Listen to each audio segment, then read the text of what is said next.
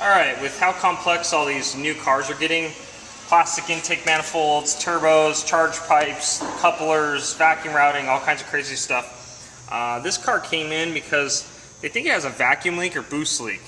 So we get the fortunate task of using the smoke machine. That way we own a smoke machine. So what I'm actually going to do is I'm going to pump, if you can kind of see it, I'm going to pump a smoke into the intake manifold and through the system of the car. So that way I can try to find any leaks. There you go. If you look against the headliner, you can see. There you go. So you can see the smoke. So what I'm going to do is I'm going to pump this into the engine. We're going to look for any leaks. Just go ahead and stay there for a second.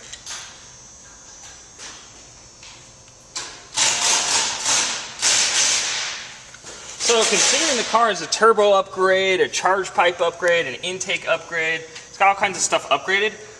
They're thinking that possibly they have a loose connection or a crack somewhere or something that's causing a weird vacuum leak or charge leak that will interfere with the software in the ECU. So I'm trying to locate it with a smoke machine.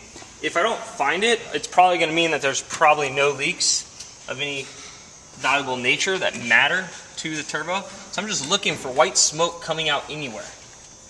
And as you can see, I see nothing. Absolutely nothing. The turbo's way there in the back. Go over here again. There's the turbo. There's the charge pipe. No smoke. Any smoke?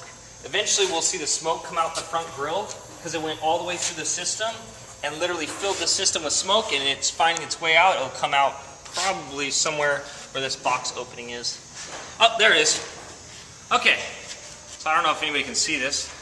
But underneath the grill, smoke's coming out underneath the grill because the inlet for that intake is through the grill.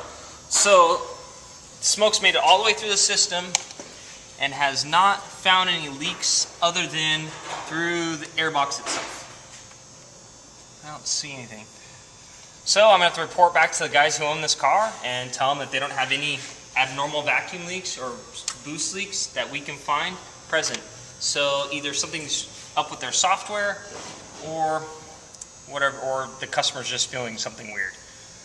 If you have any questions, go ahead and email us at sales@projectimport.com.